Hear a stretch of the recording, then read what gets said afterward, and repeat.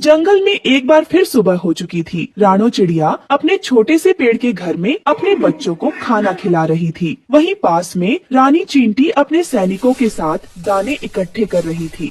अरे रानी बहन, तुम तो आज भी पूरी लगन से काम में जुटी हो। हर रोज तुम्हें इस तरह मेहनत करते देखती हूँ तो सोचती हूँ क्या कभी थकती नहीं हो। क्या करे रानो बहन, बरसात आने वाली है, हमें पहले से तैयारी करनी होगी। अगर अभी मेहनत नहीं करेंगे तो मुश्किल समय में क्या करेंगे। मैं भी अपने बच्चों के लिए दाना दुनका जुटाती हूँ, लेकिन तुम्हारी तरह इतनी दूर की नहीं सोचती हूँ। लेकिन तुम्हारी मेहनत और लगन देख मुझे भी प्रेरणा मिलती है। फिर दोनों हंसती हैं और मिलकर काम करती है। लेकिन वहीं जंगल के दूसरे कोने में कालू कौआ जंगल की चिड़ियों से पैसे ऐंठने और डराने की योजना बना रहा था। अब की बार इन पक्षियों से जंगल टैक्स वसूला जाएगा। मैं हूँ इस जंगल का असली राजा और राजा को चाहिए टैक्स, जंगल टैक्स। हर दाना, हर तिनका, हर फल पर अब मेरा हक होगा। जो पक्षी टैक्स नहीं देगा उसका घोंसला छीन लूंगा, उसके अंडे तोड़ दूंगा और उसके बच्चों को आसमान में उड़ने से पहले ही गिरा दूंगा। वह अपने पंखों को झटकता है और जोर से कांव कांव करता है, जिससे जंगल में डर का माहौल बन जाता है और उड़ जाता है और एक पेड़ पर जाकर बैठता है।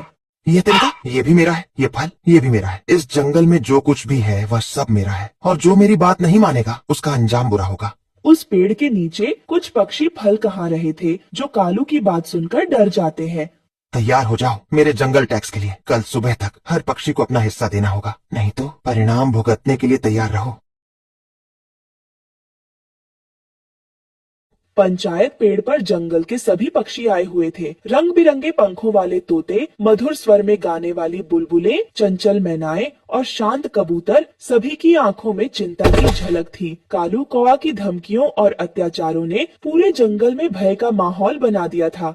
साथियों, कालू कौआ ने हमारे शांतिपूर्ण जीवन को खतरे में डाल दिया है। वह हमसे जंगल टैक्स वसूलना चाहता है और जो मना करे उसे सजा देने की धमकी दे रहा है। हमें एकजुट होकर इसका सामना करना होगा। मुझे भी कालू ने धमकी दी है, वो हमारा घोंसला तोड़ देगा। हमें एक होना होगा, लेकिन कोई लीडर चाहिए। हम लड़ाई नहीं चाहते, लेकिन अन्याय भी नहीं सहेंगे। मैं और रानी मिलकर रास्ता निकालेंगे। वहाँ आए सभी पक्षियों ने राणों की बात पर सहमति में अपना सिर हिलाया और रानी चींटी की सेना ने सुरक्षा की जिम्मेदारी ली। जंगल में एक बार फिर सुबह हो चुकी थी। रानो चिड़िया अपने छोटे से पेड़ के घर में अपने बच्चों को खाना खिला रही थी। वहीं पास में रानी चींटी अपने सैनिकों के साथ दाने इकट्ठे कर रही थी। अरे रानी बहन, तुम तो आज भी पूरी लगन से काम में जुटी हो। हर रोज तुम्हें इस तरह मेहनत करते देखती हूँ तो सोचती हूँ क्या कभी थकती नहीं हो। क्या करे रानो बहन, बरसात आने वाली है, हमें पहले से तैयारी करनी होगी। अगर अभी मेहनत नहीं करेंगे तो मुश्किल समय में क्या करेंगे। मैं भी अपने बच्चों के लिए दाना दुनका जुटाती हूँ, लेकिन तुम्हारी तरह इतनी दूर की नहीं सोचती हूँ। लेकिन तुम्हारी मेहनत और लगन देख मुझे भी प्रेरणा मिलती है। फिर दोनों हंसती हैं और मिलकर काम करती है। लेकिन वहीं जंगल के दूसरे कोने में कालू कौआ जंगल की चिड़ियों से पैसे ऐंठने और डराने की योजना बना रहा था। अब की बार इन पक्षियों से जंगल टैक्स वसूला जाएगा। मैं हूँ इस जंगल का असली राजा और राजा को चाहिए टैक्स, जंगल टैक्स। हर दाना, हर तिनका, हर फल पर अब मेरा हक होगा। जो पक्षी टैक्स नहीं देगा उसका घोंसला छीन लूंगा, उसके अंडे तोड़ दूंगा और उसके बच्चों को आसमान में उड़ने से पहले ही गिरा दूंगा। वह अपने पंखों को झटकता है और जोर से कांव कांव करता है, जिससे जंगल में डर का माहौल बन जाता है और उड़ जाता है और एक पेड़ पर जाकर बैठता है। ये तिनका, ये भी मेरा है, ये फल, ये भी मेरा है। इस जंगल में जो कुछ भी है वह सब मेरा है और जो मेरी बात नहीं मानेगा उसका अंजाम बुरा होगा। उस पेड़ के नीचे कुछ पक्षी फल कहा रहे थे, जो कालू की बात सुनकर डर जाते हैं।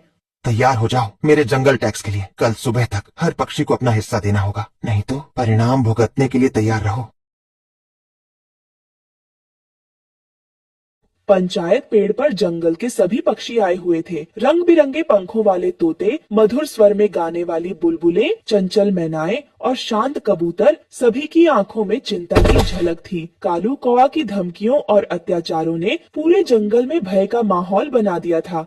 साथियों, कालू कौआ ने हमारे शांतिपूर्ण जीवन को खतरे में डाल दिया है। वह हमसे जंगल टैक्स वसूलना चाहता है और जो मना करे उसे सजा देने की धमकी दे रहा है। हमें एकजुट होकर इसका सामना करना होगा। मुझे भी कालू ने धमकी दी है, वो हमारा घोंसला तोड़ देगा। हमें एक होना होगा, लेकिन कोई लीडर चाहिए।